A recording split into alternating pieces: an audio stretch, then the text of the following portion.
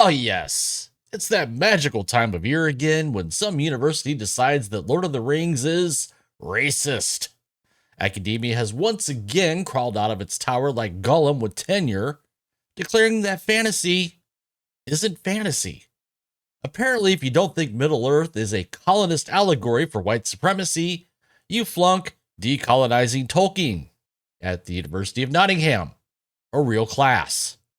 Yes, you too can spend $60,000 learning that Sauron was misunderstood and orcs are people of color.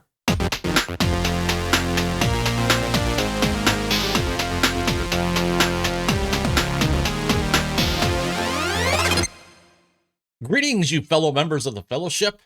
Welcome back to the Critical Nerd, where we dissect pop culture like Sauron dissects logic, and usually with better results.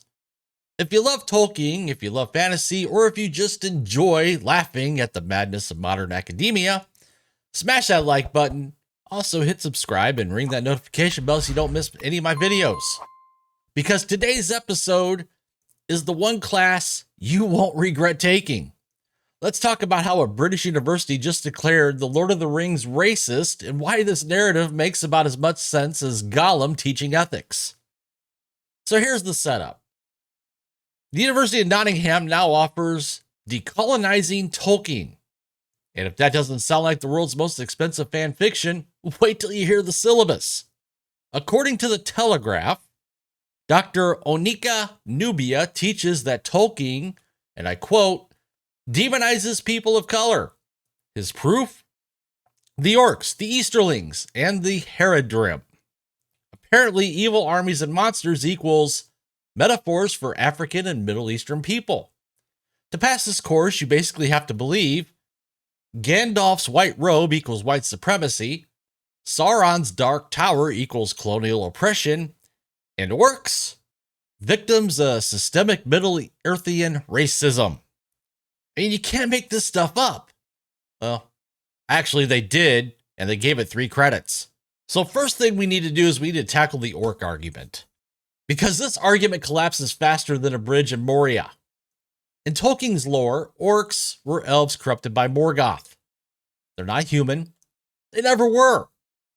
So if you look at these twisted, soul-rotted monsters and think, that's me, buddy, that says more about you than it does about Tolkien. Even Tolkien wrestled with morality of evil itself, not race. He literally called racism a poison. Meanwhile, modern professors are out here doing racial studies on goblins. Imagine paying university tuition to be told cave trolls represent your ancestry. That's not higher education. That's a cry for help. Now the next complaint, calling Sauron the Dark Lord is racist. Yeah. That's the take. Never mind that light versus dark symbolism has existed since cavemen figured out daylight was safer than growling shadows. Day equals good. Night equals, hey, something ain't Steve. Even yin and yang get it. But sure, the English professor with the DEI minor cracked the secret racist code.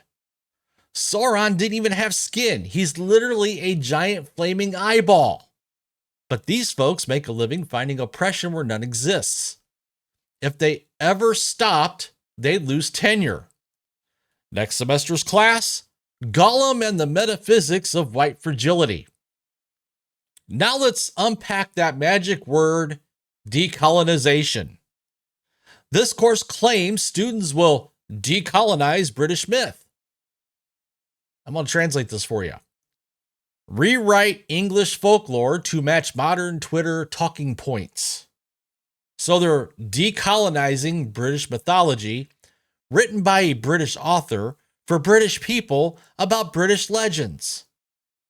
That's not decolonization, that's plagiarism with pronouns. Tolkien wasn't gatekeeping anyone. He was giving England the mythic backbone it never had. And quite honestly, he nailed it. The Lord of the Rings was literally voted Britain's favorite novel.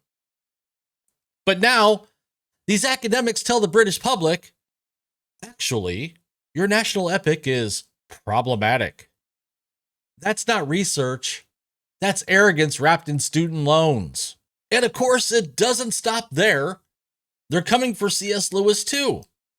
Apparently, the Chronicles of Narnia is Orientalist because collarmens wear turbans. You know, like actual Middle Eastern inspired cultures might. Not everything is a coded metaphor for colonialism. Sometimes a turban, well, it's just a turban. And if these people read Aladdin, they'd call the carpet a symbol of airborne oppression. And surprise, this nonsense leaked straight into Hollywood. Amazon's Rings of Power literally bragged about fixing Tolkien for modern audiences. They hired diversity consultants to polish Elvish casting and somehow forgot to include a plot. The result? $1 billion nap. Even Jeff Bezos' son was like, "Dad, can we watch the Peter Jackson version instead?" Fans rejected it, critics yawned, and even Elon Musk responded to Nerdrotic's post with the universal symbol for a facepalm. I mean, yeah, he sure did. Turns out when you insult your audience, they stop showing up. I mean, who knew? Here's the punchline. If you look at orcs and immediately think, those represent me, that's not Tolkien's racism, that's your projection. Tolkien didn't code ethnicity, he coded morality.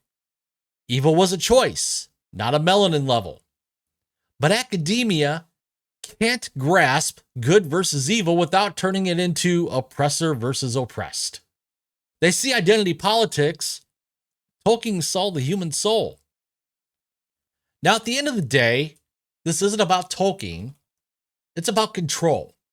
A bunch of ideological termites chewed through academia, and now they're gnawing on the foundations of Western storytelling. They're not preserving culture, they're rewriting it. Tolkien didn't need to be decolonized. He needs to be defended.